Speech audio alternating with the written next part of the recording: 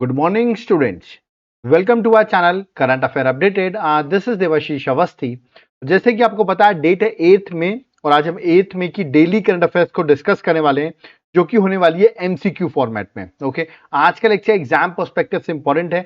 Lecture को and तक जरूर देखिएगा. आपके एग्जाम में एक या दो क्वेश्चन डायरेक्टली इस लेक्चर से एग्जाम में पूछे जा सकते हैं. ओके, और अगर आप चाहते हैं मैं डेली करंट अफेयर्स ऐसे ही कंटिन्यू रखूं इस सीरीज को, तो इस वीडियो को लाइक करके जरूर बताइएगा जिसमें मैं आपके लिए ऐसे ही लेक्चर्स लाता रहूं. ओके, तो चलिए देखते हैं 8th मई में क्या क्या चीजें एग्जाम के लिए इंपॉर्टेंट है. देखिए, स्टार्ट करने से पहले मैं आपको अपनी एक बुकलेट के बारे में बताना चाहता हूं. That is 11 month current affairs.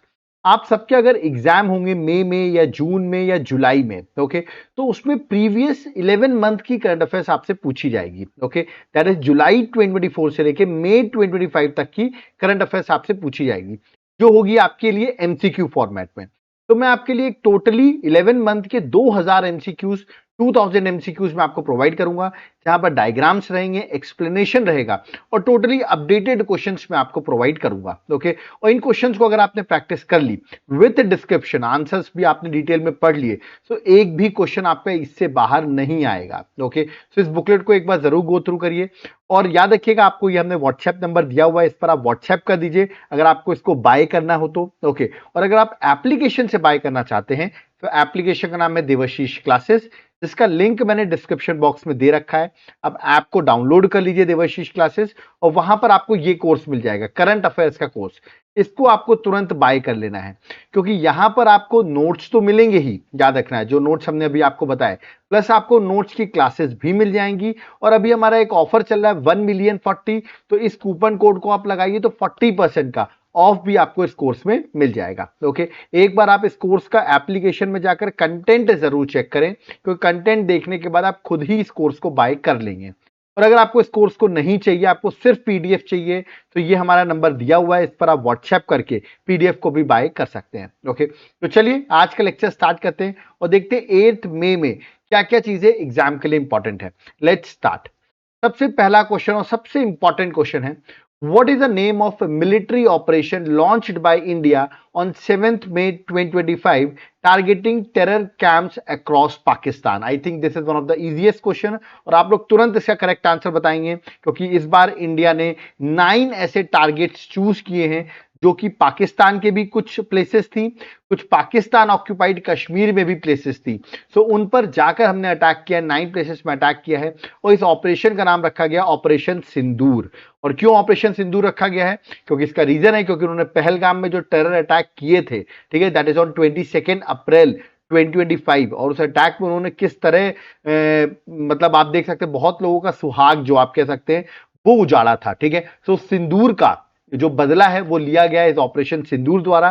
तो याद रखिए करेक्ट आंसर ऑप्शन बी है ऑपरेशन सिंदूर. और ये है वो 9 कैंप्स, देख सकते हैं आप. ये सबसे बड़ी बात है, इस बार पाकिस्तान के अंदर भी घुसे हैं हम, करीबन देखिए 300 किलोमीटर इनसाइड पाकिस्तान भावलपुर में जाकर अटैक किया गया. तो इससे पाकिस्तान को समझ में आ गया है कि इंडिया की जो कैपेसिटी है वो पाकिस्तान के अंदर कितना अंदर जाकर अटैक कर सकती है इंडिया अगर चाहे तो.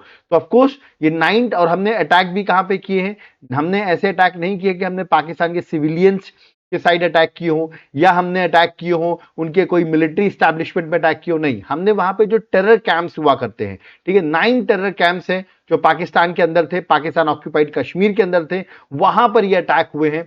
और याद रखिएगा ये ऑपरेशन नाम था ऑपरेशन सिंदूर. ठीक है, और मैं अभी आपको बता दूं पाकिस्तान कुछ गलत न्यूज जो है वो फैलाता रहता है, ठीक है, कि हमने उनके फाइटर जेट गिरा दिए. तो ऐसी फेक न्यूज पर आपको नहीं आना है क्योंकि पाकिस्तान के पास कुछ है नहीं, तो उनको ऐसी न्यूज बतानी पड़ती है. ठीक है, आपको हमारी गवर्नमेंट की वेबसाइट्स को फॉलो करते रहना है, रिसेंट डाटा आपको मिलता रहेगा. ऑफकोर्स पाकिस्तान ने रिटेलिएट कैसे किया है, उसने जो सीज फायर वॉल्यूशन है, ठीक है, आप देखेंगे जो पूंछ डिस्ट्रिक्ट है जो कि जम्मू एंड कश्मीर में है, वहां पर उन्होंने सीज फायर वॉल्यूशन करके वहां पर वो गोलीबारी कर रहे हैं, ठीक है, जिससे कि वहां के जो लोकल्स हैं उनको हार्म हो रहा है. तो आप यहां पर देख सकते हैं जम्मू एंड कश्मीर के लोग, जो लोग हम देखते हैं कभी कभी कि कश्मीरीज जो हैं कभी कभी सपोर्ट करते हैं, पाकिस्तान का सपोर्ट करते हैं. ठीक है, तो आप देखिए किस तरह पाकिस्तान आप पर अटैक कर रहा है. अभी भी मतलब वो ये नहीं देख रहा है कि कश्मीर में वो अटैक कर रहा है, वहां पे लोकल्स है जिनका कुछ भी नहीं है, ना वेपन्स है ना कुछ है, उन पर आप अटैक कर रहे हो. ठीक है, तो सीज फायर वॉल्यूशन क्या करीबन 10 लोगों की डेथ भी हो गई है सीज फायर वॉल्यूशन में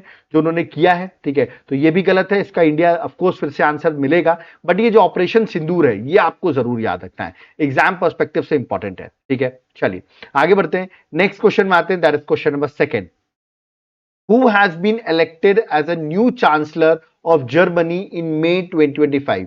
तो जर्मनी के नए चांसलर अपॉइंट हो गए हैं। मैंने आपसे पूछा कौन अपॉइंट हुए हैं, ये है उनकी इमेज, आपको बताना है कौन है ये है फ्रेडरिक मर्ज, याद रखिएगा। तो फ्रेडरिक मर्ज जो है वो नए चांसलर है जर्मनी के, correct answer option number C है, ओके। और अभी इन्होंने करीबन 325 वोट्स इनको मिल गए हैं, और जो जिनके वोट चाहिए थे उनको 316, तो ऑफकोर्स उन्होंने उसको क्रॉस कर लिया है, ओके। और अब ये बन गए हैं जर्मनी के चांसलर, ओके। तो याद रखिए फ्रेडरिक मर्ज। अब आप मुझे कमेंट बॉक्स में कौन सी पार्टी के, कंजर्वेटिव पार्टी, याद रखिए कंजर्वेटिव पार्टी के लीडर हैं Friedrich, that is Friedrich Merz, okay. आप मुझे कमेंट बॉक्स में बताइए जर्मनी की कैपिटल क्या है, what is the capital of Germany, या आप मुझे कमेंट बॉक्स में मेंशन करके बताइए, ओके। चलिए क्वेश्चन नंबर थर्ड में आते हैं। What major agreements was announced by India and the UK on 6 May 2025? So India और यूके ने 6 मई 2025 को मेजर एग्रीमेंट जो है उसको अनाउंस किया है और उसको फाइनल भी कर दिया है। तो कौन से एग्रीमेंट पे इंडिया और यूके ने फाइनली एग्रीमेंट कर लिया, और बहुत इंपॉर्टेंट ये एग्रीमेंट है। ऑप्शंस आपके सामने दिए गए हैं और इसका करेक्ट आंसर है that is a free trade agreement, that is option number C, free trade agreement. तो देख सकते हो 6 मई 2025 प्राइम मिनिस्टर नरेंद्र मोदी और यूके के प्राइम मिनिस्टर कीर स्टारमर ने अनाउंस किया है successful conclusion of India UK free trade agreement, okay. जो कि एक बहुत बड़ी उपलब्धि है कि इंडिया यूके का फ्री ट्रेड एग्रीमेंट जो है वो सक्सेसफुली कंक्लूड हो गया है, ठीक है। तो ये आपको याद रखना है। चलिए आगे बढ़ते हैं, नेक्स्ट क्वेश्चन में आते हैं, question number fourth. During NEET UG 2025, आपको बताओगा मेडिकल का एग्जाम होता है नीट, तो नीट का अंडर ग्रेजुएट का एग्जाम हुआ 2025 में। Which biometric method did unique identification authority of India test for verifying candidate identity? तो कैंडिडेट की आइडेंटिटी को टेस्ट करने के लिए कौन सा बायोमेट्रिक मेथड यूज किया गया, क्योंकि हम देखते हैं किस तरह चीटिंग्स होती हैं एग्जाम्स में, उसी को रेगुलेट करने के लिए, उसी को कंट्रोल करने के लिए अब बायोमेट्रिक्स मेथड यूज किए जा रहे हैं। तो क्या उसमें क्या यूज किया गया है, तो आइरिस स्कैन नहीं, तो करेक्ट आंसर है आधार बेस्ड फेस ऑथेंटिकेशन। याद रखिएगा आधार बेस्ड फेस ऑथेंटिकेशन हुआ है तब जाकर आपको एंट्री मिलेगी, ठीक है। तो ये बहुत बड़ी बात है, आपको चीटिंग को रोकने के लिए ये मेथड अपनाया गया है। तो करेक्ट आंसर ऑप्शन सी है Aadhaar based face authentication, okay. तो C is the correct answer. और नीट का फुल फॉर्म अगर आपको नहीं पता तो national eligibility cum entrance test, याद रखिए फुल फॉर्म है, और ये एक एडमिशन होता है अगर आपको अंडर ग्रेजुएट में मेडिकल प्रोग्राम में हिस्सा लेना हो, याद रखिए मेडिकल प्रोग्राम्स में अगर आपको एंट्री चाहिए हो तो ये उसका एग्जाम होता है, दैट इज नीट, ठीक है। चलिए नेक्स्ट क्वेश्चन में आते हैं, question number fifth, again a important question. What is the name of new portal being launched for the real time monitoring of food storage reports aiming to improve quality safety and transparency in where housing?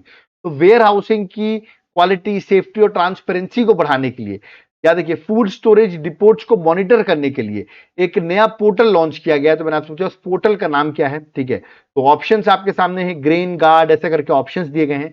Correct answer है depot दर्पण, याद रखिएगा। तो correct answer option C है depot दर्पण जो है ये पोर्टल को लॉन्च किया है, गवर्नमेंट ने लॉन्च किया रिपोर्ट दर्पण पोर्टल को, ठीक है, for monitoring food storage warehouses. याद रखिएगा रियल टाइम मॉनिटरिंग, मतलब मॉनिटर कर सकते हैं वेयर हाउसेज में फूड स्टोरेज के बारे में, है ना। इससे ऑफकोर्स इसका एम क्या है कि क्वालिटी सेफ्टी और ट्रांसपेरेंसी बढ़ सके वेयर हाउसिंग में, ठीक है। तो आपको रियल टाइम मॉनिटरिंग पर पता चल जाएगी फूड स्टोरेज में कितनी कमी है या क्या एडिशन आपको भरना है, तो ये चीज आपको अवेलेबल हो जाएगी। और इसको लॉन्च किया मिनिस्ट्री ऑफ कंज्यूमर अफेयर्स ने, यानी कि डिपोट दर्पण जो है उस पोर्टल को लॉन्च किया है, ठीक है, जो कि मोबाइल ऐप भी है और एक पोर्टल भी है, ठीक है। अब आप मुझे कमेंट बॉक्स में बताइए एट प्रेजेंट कैबिनेट में मिनिस्ट्री ऑफ कंज्यूमर अफेयर की मिनिस्ट्री किसके हाथ में, who is the minister of ministry of consumer affair? Comment box में उनका नाम आप मुझे कमेंट बॉक्स में मेंशन करके बताइए, ओके। चलिए नेक्स्ट क्वेश्चन में सिक्स में आते हैं।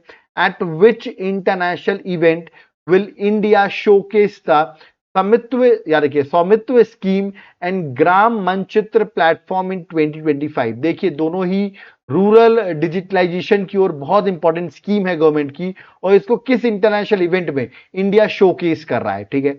ऑप्शंस आपके सामने, ये दोनों स्कीम एग्जाम में डायरेक्टली भी पूछी जा सकती हैं आपसे, ठीक है।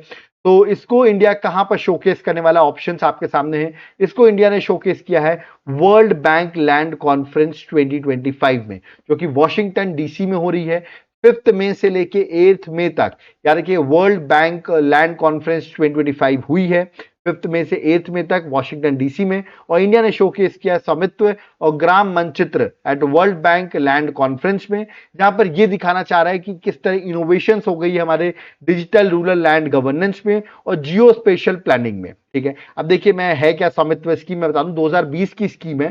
ठीक है, और ये एक सेंट्रल सेक्टर स्कीम है, फुल फॉर्म है survey of villages and mapping with improvise technology in village areas, ये इसका फुल फॉर्म है। यहां पर क्या होता है, इस स्कीम के थ्रू आपको क्या रखना है, जैसे जिसकी जो प्रॉपर्टी होती है, ठीक है, तो यहां पर आपको एक लीगल ओनरशिप मिल जाएगी रेसिडेंशियल प्रॉपर्टीज जो आपकी रूरल एरियाज में होगी। ठीक है, इस स्कीम में सर्वे किया जाएगा, जिसका जो भी लैंड है, रूरल इनहेबिटेड लैंड है, उसको ड्रोन टेक्नोलॉजी के थ्रू सर्वे किया जाएगा किसका कौन सा लैंड है, इसका आपको क्लियरली आपको पता होगा ये मेरा लैंड है, उसके अकॉर्डिंग आपको लोन वगैरह भी इजीली मिल सकता है। क्योंकि हम देखते हैं गांव में किसी की प्रॉपर जो प्रॉपर्टी है वो उसका एरिया जो है वो लीगल ओनरशिप नहीं मिल पाती कि कितना एरिया उसका है, तो ये उसके थ्रू गवर्नमेंट कर रही है स्वामित्व स्कीम के थ्रू ड्रोन टेक्नोलॉजी के यूज करके। और ग्राम मानचित्र क्या है, देखिए आप कोई भी गांव में कुछ भी चीजें प्रोडक्ट्स बनती, चाहे आप फॉर एग्जांपल कोई तालाब बना लें, ठीक है, या जो भी आप रूरल एरियाज में जो भी सर्विसेज प्रोवाइड कर रहे हैं, ठीक है, तो उन ग्राम पंचायत उन सारी चीजों की जियो टैगिंग होगी, याद रखिएगा जियो टैगिंग होगी, तो आपको पता चल सकेगा कि जब वो प्रोजेक्ट स्टार्ट हुआ है तब उसकी फोटो खींचेगी, जब वो प्रोजेक्ट चल रहा है तब उसकी फोटो होगी, और जब वो प्रोजेक्ट कंप्लीट हो जाएगा तब उसकी फोटो होगी। कहने का मतलब कि वो क्या जो प्रोडक्ट के लिए आपने पैसे लिए हैं क्या वो प्रोजेक्ट बन भी रहे हैं कि नहीं, तो उनकी प्रॉपर जियो टैगिंग होगी। तो ये है ग्राम मानचित्र। ओके, तो एक एप्लीकेशन जो फैसिलिटेट करता है ग्राम पंचायत को, इससे आप प्लानिंग वगैरह भी कर सकते हैं। ठीक है, ग्राम पंचायत लेवल में आपको पता होगा कौन सी चीज कहां पर है, ये चीजें भी आपको ग्राम मानचित्र में पता चलती हैं। तो दोनों स्कीम को शोकेस किया गया है, इंपॉर्टेंट स्कीम्स है। ओके, चलिए आगे बढ़ते हैं, क्वेश्चन 7 में आते हैं। ये हैं केवी राबिया। देखिए केवी राबिया, इनको पद्मश्री भी मिल चुका है, 2022 में इनको पद्मश्री दिया गया था। ओके, अभी रिसेंटली इनकी डेथ हो गई, आप देख रहे हो बहुत यंग दिख रही होंगी, इनकी एज सिर्फ 59 ईयर्स है। Okay, who recently passed away, was known for her contribution in which field, किस फील्ड पर इनका कंट्रीब्यूशन है ये आपको बताना है। ऑप्शंस आपके सामने हैं, इनकी डेथ हो गई, ऑबिटरीज का इंपॉर्टेंट क्वेश्चन है, ये रिलेटेड है सोशल वर्क से। तो B is the correct answer, याद रखिएगा ये केरल से बिलोंग करती है, इन्होंने वहां पर अपना एक्टिव रोल प्रमोट किया है केरल की स्टेट लिटरेसी कैंपेन के लिए, मतलब इन्होंने लिटरेसी में इन्होंने वर्क किया हुआ है, सोशल वर्क किया हुआ है, और इनकी एज अभी 59 की एज में इनकी डेथ हो गई। इवन 2022 में इस सोशल वर्क की वजह से उनको पद्मश्री भी दिया गया। तो केवी राबिया का नाम आपको याद रखना है। ओके, चलिए नेक्स्ट क्वेश्चन 8 में आते हैं। The 12th global space exploration conference, short form में कहेंगे GLEX 2025, will be held from 7th May to 9th May in new Delhi. तो 7 मई से 9 मई तक न्यू दिल्ली में हुई है। मैंने पूछा what is the theme of that is global space exploration conference 2025 की थीम क्या है, ये आपसे क्वेश्चन पूछा हुआ है। देखिए ऑप्शंस आपके सामने, 9 में इसकी लास्ट डेट है, और इसकी थीम जो है वो है reaching new worlds a space exploration renaissance, याद रखिए ये इसकी थीम है, और 7 से 9 मई के बीच में इसको कंडक्ट किया जा रहा है न्यू दिल्ली में। तो C is the correct answer. और हमारे जो साइंस एंड टेक के मिनिस्टर जितेंद्र सिंह, उन्होंने इस ग्लोबल स्पेस एक्सप्लोरेशन समिट को इनॉग्रेट भी किया है, और थीम आपको याद रखना रीचिंग न्यू वर्ल्ड्स। ओके, चलिए नेक्स्ट क्वेश्चन में आते हैं, क्वेश्चन नंबर 9।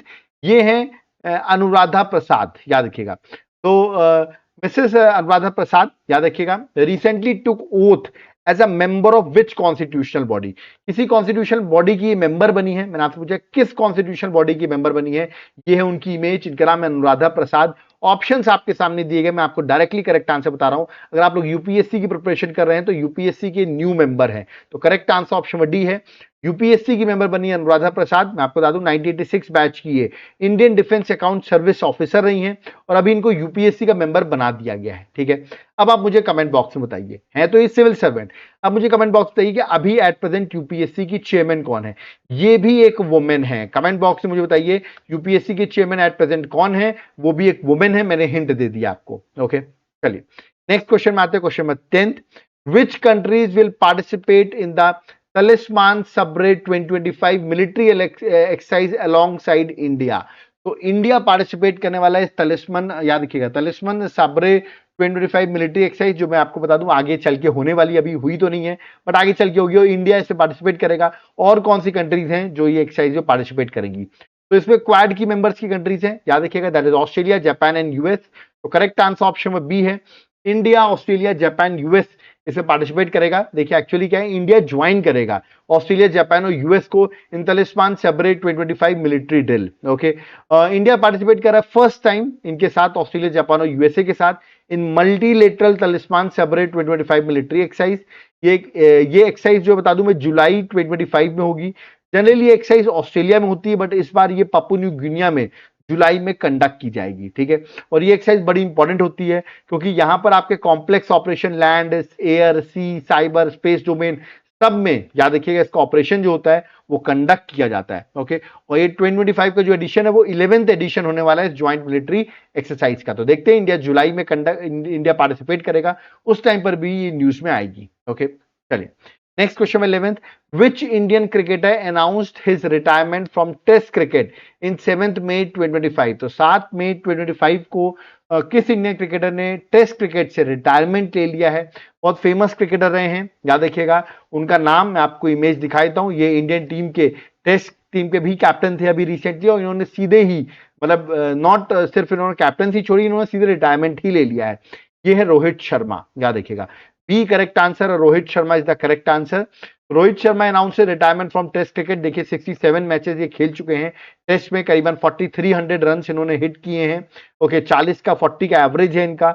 इन्होंने डेब्यू किया था 2013 में और रिटायरमेंट ले लिया 2025 में। ओके, तो रोहित शर्मा ने, आपको पता होगा इन्होंने हमको अभी रिसेंटली चैंपियंस ट्रॉफी और 2020 वर्ल्ड कप जितवाया था, बट वो व्हाइट बॉल क्रिकेट में उन्होंने जितवाया था, बट उन्होंने red ball cricket that is test cricket से उन्होंने रिटायरमेंट ले लिया है। ओके, चलिए आगे बढ़ते हैं, नेक्स्ट क्वेश्चन में आते हैं। क्वेश्चन में 12th, which CBI director gets 1 year extension till 2026?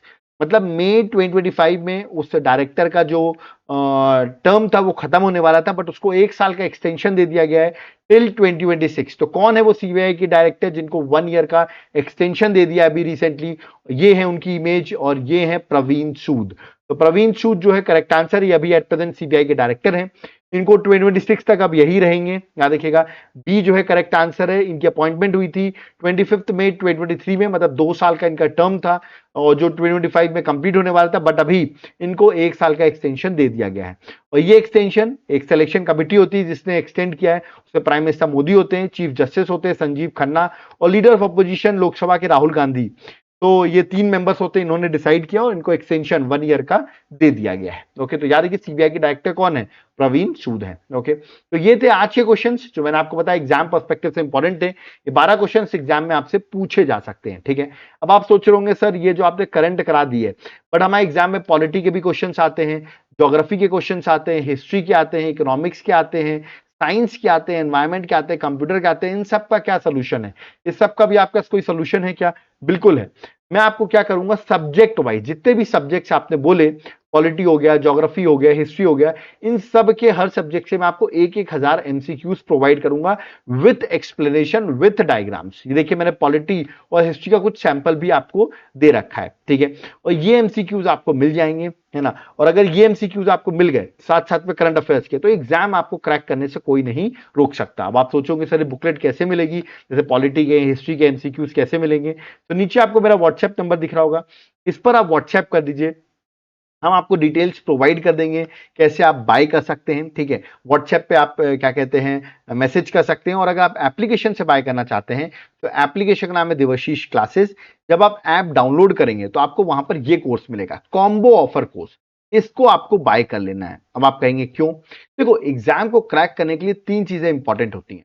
एक होता है करंट अफेयर्स, ओके, दूसरा होता है जनरल स्टडीज के ऐसे इंपॉर्टेंट टॉपिक जो एग्जाम में डायरेक्टली आ सकते हैं, जिनको हम स्टैटिक जीके कहते हैं, और तीसरा जितने भी सब्जेक्ट हैं जनरल स्टडीज के उनके एमसीक्यू की प्रैक्टिस होना। ठीक है, अगर आपने ये तीनों चीज सॉल्व कर ली है तो आपका एग्जाम जनरल स्टडीज का पर्सपेक्टिव से विद करंट अफेयर्स एकदम 100% सॉल्व हो जाता है। ठीक है, तो इसके लिए हमने एक कोर्स बना दिया, कॉम्बो ऑफर कोर्स।